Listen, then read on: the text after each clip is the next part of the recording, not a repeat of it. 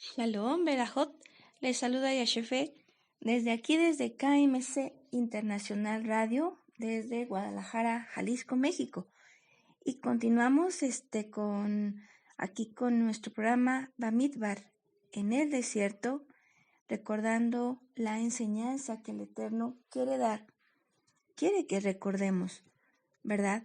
Toda la escritura ha sido escrita con ese propósito, ya que sabemos nosotros que desde que el Eterno nos trajo de Mitzraim, desde el mundo, nosotros hemos estado ya en el conocimiento de Él, al igual, es como si estuviéramos nosotros como los israelitas en el desierto también, ¿verdad?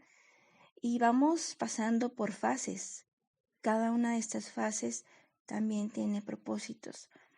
Y pues ahora sí que nosotros, al ir pasando, viendo cómo le resultó a Israel las diferentes etapas, nos ayuda a nosotros para poder cuidar precisamente nuestro andar y poder llegar a esa tierra prometida, a esa plenitud que nosotros tenemos, que podremos tener en Mashiach, siendo uno solo, ¿verdad? Porque sabemos nosotros que hasta que ellos pasaron el río Jordán, llegaron a lo que era la tierra prometida que emana leche y miel. Entonces, ¿qué es lo que nosotros tenemos que hacer para poder llegar a esa tierra prometida? Que Mashiach es nuestra tierra prometida, ¿verdad? Pero es en la plenitud siendo uno solo con Él. Por eso, continuando precisamente con lo que nos quedamos la semana pasada hablando, estábamos en lo que era Shittim, que era pradera de acacias, ¿verdad? Vimos la semana pasada y cómo el pueblo de Adonai cayó en fornicación e idolatría, ¿verdad? A manos precisamente de las mujeres madianitas, ¿verdad? Pero también vimos nosotros cómo el Eterno, pues ahora sí que pues llevó plaga, hubo celo del sacerdote Pinjas, y de esta manera pues Adonai se tranquilizó al ver el celo de este sacerdote y después pues mandó precisamente lo que era esa venganza contra el pueblo con los 5 reyes, ¿verdad? Incluyendo precisamente a lo que era Malac. Y pues ahora sí nosotros vemos, ¿verdad?, cómo a raíz de esa venganza, pues ellos tuvieron a las mujeres vírgenes, se quedaron al fin de cuentas con las mujeres vírgenes, con lo que viene a ser asnos, bueyes, ovejas, carneros y 16,750 ciclos, que nos equivalen a 285 kilos de oro, los cuales se utilizaron precisamente para testimonio de lo que era aquel evento que el Eterno quería que quedara guardado como un memorial para no caer en manos de mujeres. Pero veíamos nosotros la enseñanza de la mujer, que también nos habla acerca de una forma espiritual, de doctrinas diferentes, instituciones religiosas, las cuales nos puedan de alguna manera desviar a ser idólatras, ya que nosotros hemos aprendido que la idolatría también se va forjando a través de lo que viene a ser lo que es conceptos equivocados que hacemos del Eterno, ¿verdad? Entonces, ahora nos encontramos lo que es las estepas de Moab, cerca del Jordán, a la altura de Jericó. Entonces, vemos nosotros que ya estando en este lugar ya el Eterno le pide a Moshe que haga un recuento precisamente, que haga un recuento de lo que son las casas paternas, ¿verdad? De 20 años en adelante, para que puedan ser contados aquellos útiles para la guerra, ¿verdad? Y aquí nos muestra la escritura que hubo un total de 601,730. Por supuesto, se saca el total de cada casa paterna de Israel y el total son estos, 601,730. Lo que viene a ser también niños mayores de un mes en adelante, estos fueron 23,000 los que se encontraron. A todos estos se les iba a entregar la tierra, de acuerdo precisamente al número que hubiera, ¿verdad? El Eterno iba a entregar de una manera en orden y justa, por supuesto, y de esta manera nosotros pues vemos precisamente cómo ocurre esta situación, esta orden que el Eterno da. Y dentro de lo que es el conteo, también nosotros vemos que ya no había quedado ninguno de los que el Eterno dijo que no deberían de estar. ¿Quiénes fueron aquellos que no deberían de estar? Porque no iban a entrar a lo que era la tierra prometida, y eran precisamente todas las generaciones de aquellos que dudaron de Adonai, de aquellos que se quejaron y gritaron, lloraron, porque los 12 espías que Moshe envió, 10, pues los espantaron, ¿verdad? Dijeron que había gigantes que eran más fuertes y llenaron de temor al pueblo, lo cual es algo que el Eterno nos dice, lo pahat, no temas, porque en la medida que nosotros tememos, es en la medida que tenemos falta de fe, de emuná. Entonces, por ello precisamente Adonai nos dice, ¿verdad?, que aquellos que dentro de la lista que hay de asesinos, de aquellos que no entrarán en el reino de los cielos, dice que están los cobardes, los asesinos, la brujería, la hechicería, los secuestradores, y nos da una lista grande de aquellos que no van a entrar. Pero en primer lugar está lo que viene a ser los cobardes, y es precisamente por ello, porque están en primer lugar, porque es lo que el Eterno ve de una peor manera, el que nosotros no le creamos a él. Eso es muy importante, ya que el Eterno pues había estado mostrando a Israel victoria tras victoria, hazaña tras hazaña, prodigios que todos los pueblos veían, todas las ciudades veían y se daban cuenta quién era Adonai. Pero al parecer Israel era muy olvidadizo, ¿verdad? Era muy olvidadizo. Y hasta nuestros días sabemos nosotros que Israel sigue siendo olvidadizo de aquellas promesas, de aquellos triunfos, victorias que solamente el Eterno nos puede dar. Entonces, por ello, el Eterno pues tiene en primer lugar de aquellos que no heredarán el reino a los temerosos, a los cobardes.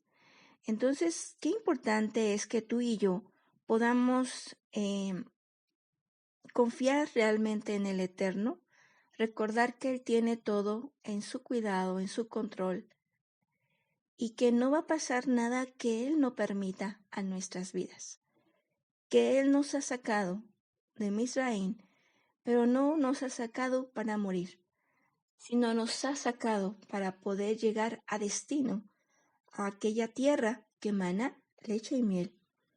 Entonces, de esta manera nosotros podemos ver cómo no quedó ninguno de aquellos que el Eterno dijo que no iban a estar. En ese recuento se hace hincapié en lo que es el capítulo 26 de Números. Entonces, de una manera específica, nosotros vemos cómo el Eterno cumplió. Sabemos nosotros que nada más iba a entrar Caleb y Josué. Ellos dos fueron los únicos dos espías que llegaron con buenas noticias, alentadoras, y que al fin de cuentas fueron los que el Eterno preservó con vida y les dio la oportunidad de poder llegar, entrar a la tierra prometida. Y a todos aquellos hijos de aquella generación temerosa, incrédula, que tenían menos de 20 años.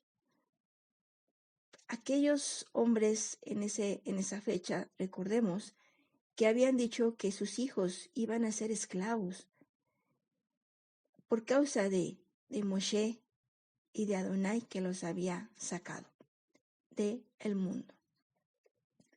En ese entonces de Egipto.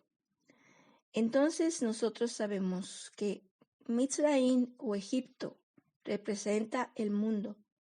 Y de esta manera ellos dijeron eso, pero sabemos nosotros que el Eterno dijo que sus hijos de ellos, menores de 20 años, ellos sí iban a entrar a la tierra prometida. Entonces vemos aquí, el Eterno siempre es justo, es benevolente, y pues nosotros aquí vemos la misericordia del Eterno hacia estos hijos que no realmente no tenían por qué pagar el pecado de sus padres. Entonces, Baruch Hashem por eso, porque Él es justo. Entonces, dada esta situación, nosotros continuamos, por ejemplo, lo que viene a ser en el capítulo, continuando en el andar, precisamente en el capítulo 27, vemos nosotros que había, de entre los cuales se habían contado, había una familia. En aquella familia solamente había mujeres y estas pertenecían a la tribu de Manasés. Entonces, en este recuento, aquí vemos nosotros, está lo que viene a ser, son las hijas de Zelofhat o Zelofyat, hijo de Hefer. Él no tuvo hijos. Sus hijas fueron Mahla, Noah, Yohla, Milca y Tirsa. Entonces estas se presentan precisamente delante de Moshe y lo que son los principales a la tienda del encuentro para hablar la situación y decir que su padre no había tenido hijos, pero por no haber tenido hijos, pues ahora sí que él tenían el riesgo ellas de quedar sin tierra, ya que solamente se había tomado en cuenta a los varones. Entonces de esta manera ellas van, hablan esto, Moshe pregunta al Eterno y Adonai dice que sí, dice que está bien, que lo que dicen ellas está bien y que sí se les va a entregar precisamente una tierra que corresponda a uno de los hijos, de los hermanos, de lo que es su padre de ellas. Entonces ellas están,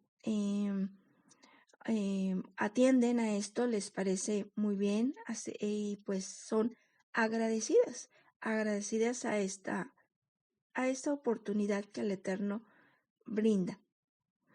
Entonces, nosotros vemos aquí, vamos a ver qué sucede después. Vamos a verlo nosotros. Lo vamos a ver permítame tantito. Tenemos aquí, el capítulo es números 36 y vamos a leerlo rápidamente. Nos dice así, desde el 1. Estamos hablando nuevamente de las hijas de Zelofhad. Entonces, vamos a ver qué ocurrió con ellas después de que se autorizó que se les entregaran las tierras y demás. Vamos a ver qué ocurre, qué complicación hubo y cómo se dio la respuesta. Nos dice así, los jefes de familia del clan de los hijos de Galat, hijo de Maquir, hijo de Manasés, uno de los clanes de los hijos de José, se presentaron y dijeron delante de Moshe y de los principales jefes de las casas paternas de los israelitas. Yahweh mandó a mi señor que diera la tierra en herencia por suertes a los israelitas, y mi señor recibió orden en Yahweh de dar la herencia de Zelofhad, nuestro hermano, a sus hijas. Si resulta que se casan con alguno de otra tribu israelita, será arrancada su parte de la herencia de nuestras familias. Aumentará entonces la herencia de la tribu a la que vayan a pertenecer y se reducirá la herencia que nos tocó en suerte.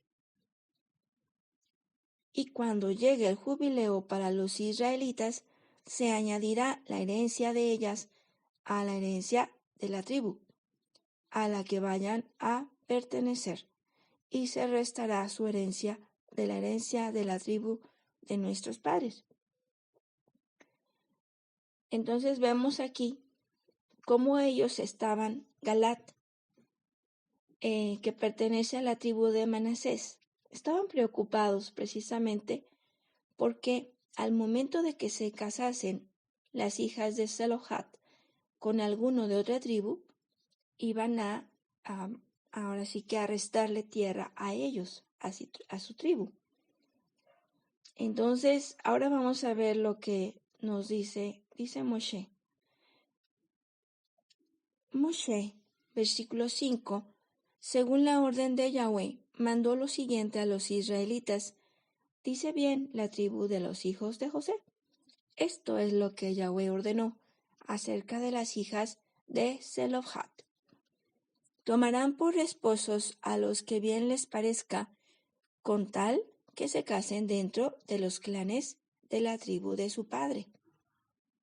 La herencia de los israelitas no podrá pasar de una tribu a otra, sino que los israelitas estarán vinculados cada uno a la herencia de la tribu de sus padres, y toda hija que posea una herencia en una de las tribus de los israelitas se casará con uno de un clan de la tribu de su padre, para que cada uno de los israelitas posea la herencia de sus padres, y no podrá pasar una herencia de una tribu a otra.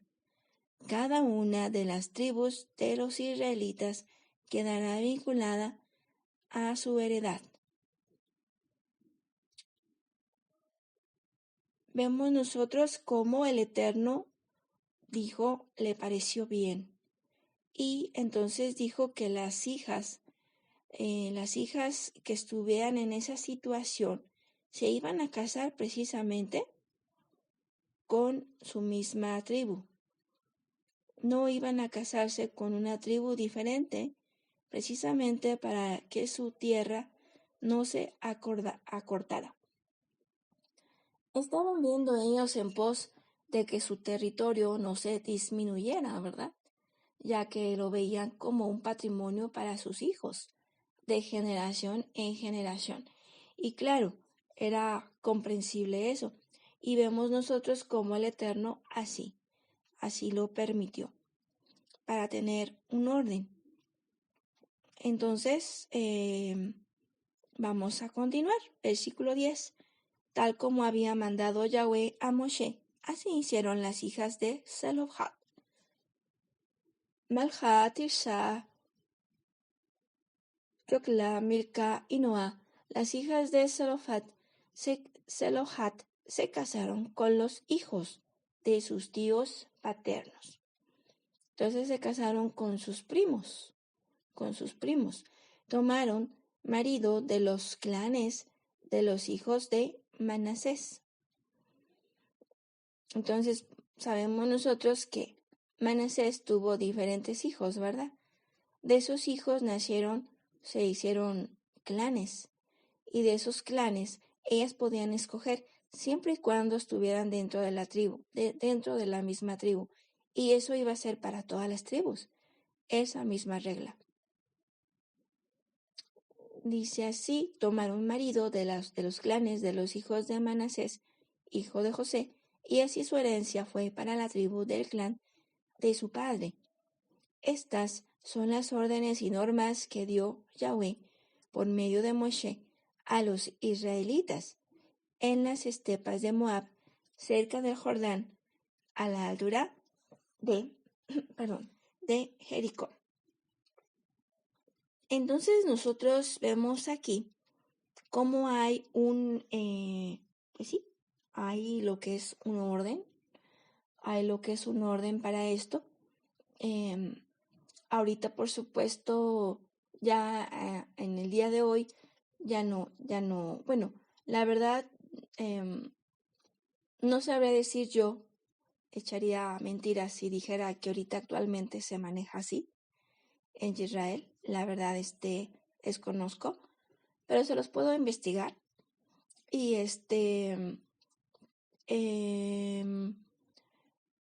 no sé si en lo que es en Jerusalén se maneje eso, pero lo podemos checar. Lo podemos checar con gusto para saber si todavía se sigue haciendo. Aunque realmente nosotros también tenemos que tomar en cuenta que el pueblo de Israel ya no es nada más el físico. Esto se tomaba de acuerdo a la enseñanza, a lo que era el pueblo, porque el pueblo en ese entonces era un pueblo físico solamente.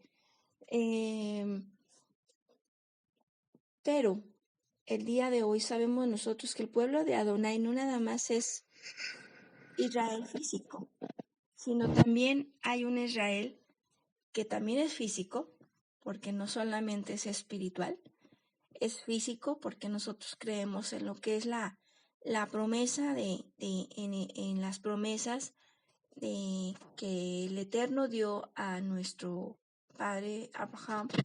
Y Abraham es el padre de la fe, es el padre de la emuná. Por eso el Eterno, nosotros sabemos que Yeshua vino a los suyos. Nos lo dice Hechos, en el capítulo 2. Nos dice: a los suyos vino y los suyos no lo recibieron. Pero a los que le recibieron, a los que les dio, a los que le recibieron, les dio la potestad de ser hechos hijos de Elohim. Entonces, Yeshua vino a Israel, pero Israel no le recibió. Solamente algunos le recibieron. Sabemos que fueron los discípulos y algunos más que se añadieron. Y de aquellos discípulos, nosotros, Israel actual, somos aquellos, parte de lo que es la descendencia de Abraham. El Eterno le dijo a Abraham que su descendencia iba a ser como la arena del mar, como las estrellas de los cielos. Y el Eterno no ha mentido, y nunca mintió, ni mentirá. Se ha cumplido esa promesa que el Eterno le dio a Abraham a través de esa estirpe que va más allá, siendo él el padre de la fe, aquel que creyó en Adonai, que siendo un hombre mayor de edad, obedeció al Eterno en el momento en que precisamente, pues, no había, pudiéramos decir, no tenía él un testimonio, por decirlo así, de aquel Elohim poderoso. No había ese testimonio. Sin embargo, él creyó. Y bienaventurados los que creen sin ver. Es más fácil creer viendo. Pero cuando nosotros creemos sin ver, ese es un... Bienaventurados son, dijo Mashiach. Tienen más mérito que aquellos que podemos ver algo. Entonces, bendito Adonai, porque esa es realmente la emuná. Porque la emuná sabemos nosotros que es la certeza de lo que no se ve, la convicción de lo que se espera. Y fue precisamente por ello que es tan importante que nosotros creamos, Nosotros siendo ese pueblo de Israel, el Eterno abrió la puerta precisamente a los gentiles, ya no solamente al pueblo de Israel, sino abrió la puerta a los gentiles. Y los gentiles, por supuesto, que no tienen esa ley o esa regla o esa tradición, pudiéramos decir, si es que lo existe en el pueblo de Israel físico o en el estado de Israel más bien. Entonces, de esta manera nosotros sabemos que el pueblo de Israel, el pueblo de Adonai, que va más allá de naciones. Por eso tenemos la enseñanza de la menorá, donde nos indica que Yeshua, él es la base de su cuerpo, de su pueblo, de su familia. Entonces, ¿y quién es la descendencia de Abraham? Nosotros somos la descendencia de Abraham. Yeshua fue la simiente, de aquel a quien todas las naciones iban a ser benditas. Entonces, a través de Mashiach, nosotros somos alcanzados. Judío, gentil, esclavo, libre, hombre y mujer. Entonces, a través de este cuerpo que va más allá de un estado, el pueblo de Israel, el pueblo de Adonai, está de un extremo de la tierra hasta otro extremo. Y de esta manera, por eso decimos, donde quiera que te encuentres, Israel, porque no es nada más la pura Keila, el pueblo de Adonai, donde nos encontramos. O sea, la Keila donde nos congregamos no es el único pueblo de Adonai, sino el cuerpo de Adonai está en todos aquellos creyentes que han creído con fidelidad en Mashiach. Entonces todos somos parte de ese gran cuerpo, y el Eterno no nos dice a nosotros que nos casemos con una tribu determinada, ¿verdad? Por supuesto que no, pero sí nos invita a que podamos nosotros casarnos o tomar alianza de matrimonio con aquel hombre, con aquella mujer que creen en él. ¿Para qué? Para poder continuar creciendo y que se pueda conservar lo que es aquella emuná dada y que no se llegue a perder. Sabemos nosotros que el rey Salomón, pues ahora sí que lamentablemente él, a través de mujeres, ¿verdad?, que lo indujeron precisamente a faltar con esas mujeres que se casó, que tuvo 700 mujeres, lamentablemente lo indujeron a la idolatría. Entonces vemos nosotros lo importante que es guardarnos de no caer en manos de lo que es la lujuria, porque inició con la fornicación. Vemos, aunque en este caso de Shlomo, por supuesto que eran sus esposas, ¿verdad? Pero lamentablemente no fueron mujeres que fueran temerosas de Yahweh, sino eran mujeres temerosas de otros dioses.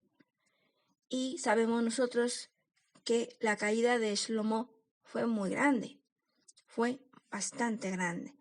Entonces por eso que nosotros, que tú y yo podamos continuar en el camino con una emuná. Lo pahat, dice Yahweh, no temas, Israel, yo estoy contigo todos los días hasta el fin del mundo. Entonces, Yeshua HaMashiach está con su pueblo y siempre lo estará. Baruch Hashem por eso. Por eso, Israel se alegra y se goza porque nuestro Elohim es un Elohim vivo que permanece con su pueblo, dándole todo lo que necesita para llegar a destino, para llegar a la tierra prometida. Toda alaba a cada uno de vosotros que nos ha escuchado en esta tarde, que su vida siga en verajá, en la verajá de nuestro Elohim. Un abrazo en el Ruach HaKodesh y si quieres, si te gustó este mensaje, te invitamos a que puedas buscarnos en KMC Oficial, en nuestra página de Facebook, para que puedas contactarnos y puedas continuar aprendiendo junto con nosotros. Toda la va. Lehitraot. Shalom Ubraja.